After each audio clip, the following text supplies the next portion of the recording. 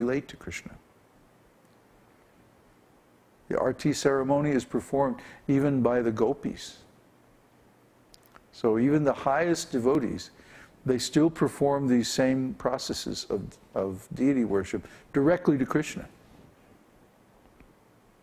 So when we are worshiping the deities, we're practicing these processes in the stage of practice. And in the stage of realization, we internalize them and perform them spontaneously within our mind. That's it. Pass the drum. Drum, da dum, da dum.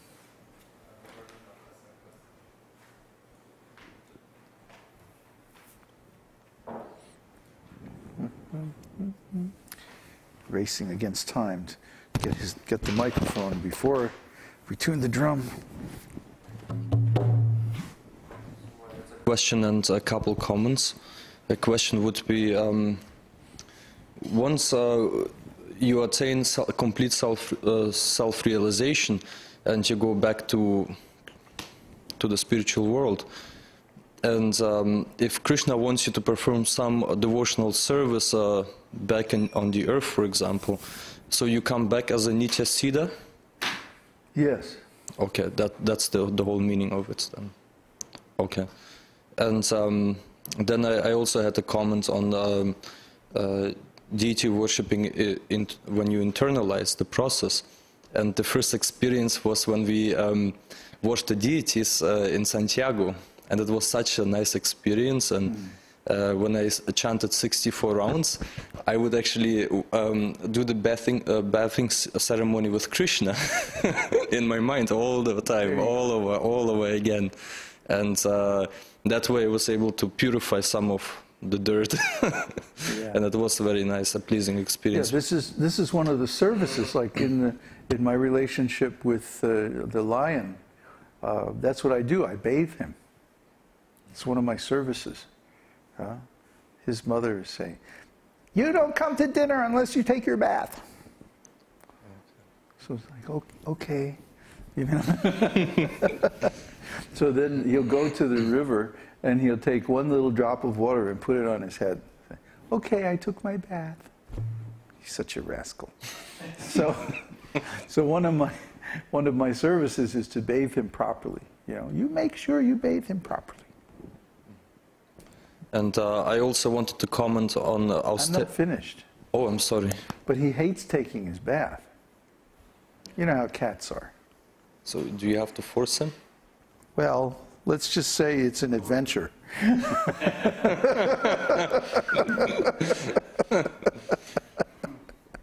You can't force him. He's the Supreme Personality of Godhead. So you just have to convince him. You know how cats are. So you have to convince them that, you know, this is the right thing to do, and then they'll do it. That reminds me on something. For example, cat herding.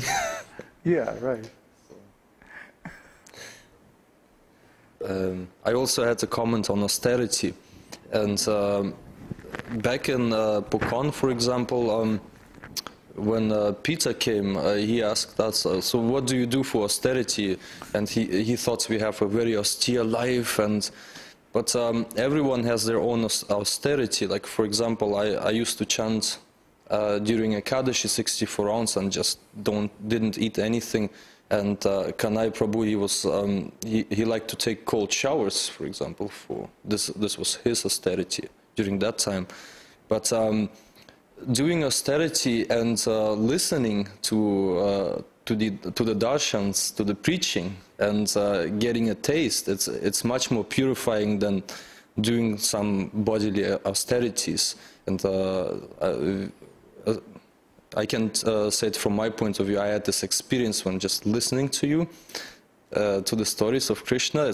It's much more, because you develop this higher taste for the stories, for Krishna, and certain parts it pierces your heart. you feel it.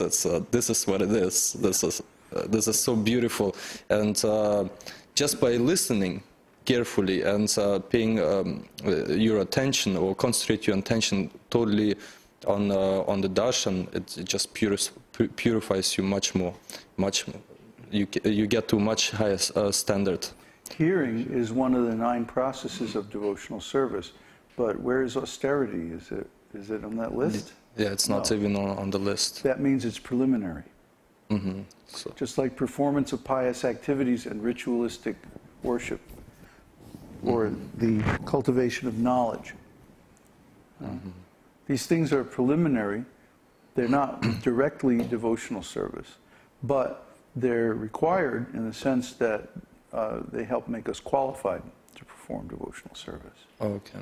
So now I stopped doing that, fasting completely and just chanting and concentrating, but I feel I don't really need that much austerity anymore, but it's all good. From this point on, it's like, wow. And you automatically come to a higher stage just by listening to the stories. Yeah. It's like... I'm not very austere, you know. It's like I find it really hard to fast completely on Ekadashi. I don't mind chanting a lot of rounds, but, you know, going without eating, oh boy, that's rough, you know. And, or sleeping very little, you know. In ISKCON, the standard was that you sleep 6 hours. Well, I never was comfortable with that. I would always either go to bed early or take a nap during the day, or I had to. I mean, if this body didn't get like at least 8 hours of sleep, I was pretty much...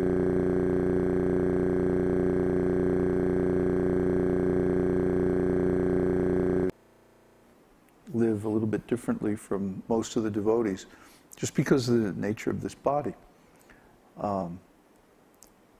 That doesn't mean that there's not austerities involved.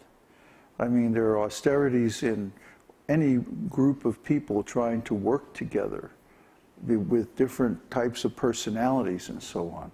There's going to be the austerity of getting along with other people who are different than ourselves, you know.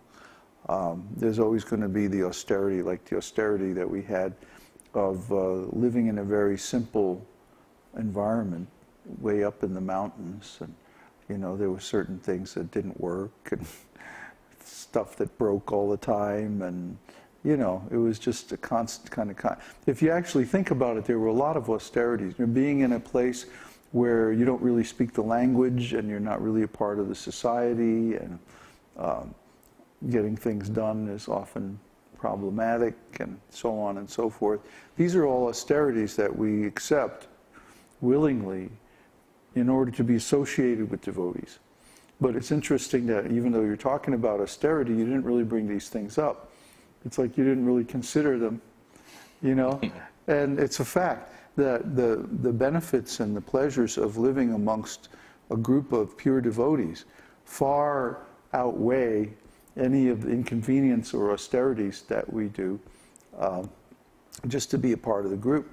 And I think when we go to India, you know, the austerities are going to be different. They're still going to be there, but I still think we're going to be in this mood of like, well, they don't really matter, because the ecstatic experiences of being around devotees, and especially in India where there are lots and lots of devotees, are going to outweigh by far the inconveniences and, you know, little things like having to filter the water and stuff like that. I mean, we'll soon get used to that and living in a different style, and you know, because we'll be doing a lot of devotional music and dance and all these arts and stuff. I mean, it's just going to be so nice. I had another question, and another aspect of austerity, would it be also consciousness, when you withdraw your consciousness from the senses, from the body? That's the purpose of austerity. That's the whole purpose of austerity, okay. And then things become much more easier. Yeah. You have well, if you learn by deliberate performance of austerity how to withdraw your senses, because what do you do? What is austerity? It's deliberate suffering, voluntary suffering. Okay? I'm going to voluntarily take on some difficulty. So what you do is, when you do this, is that you withdraw your senses, or withdraw your consciousness from the senses, rather, and you fix your consciousness on Krishna by chanting or study or whatever. And the idea is that you conquer over this temporary austerity, this suffering, by redirecting your consciousness towards spiritual things. In other words, we learn the art of how to redirect our consciousness by this deliberate performance of austerities. And then when sufferings happen that we don't plan, we know the means of how to cope with it. Not only suffering, but also enjoyment. But the same strategy works. If something very nice happens, instead of getting all giddy and, isn't this great?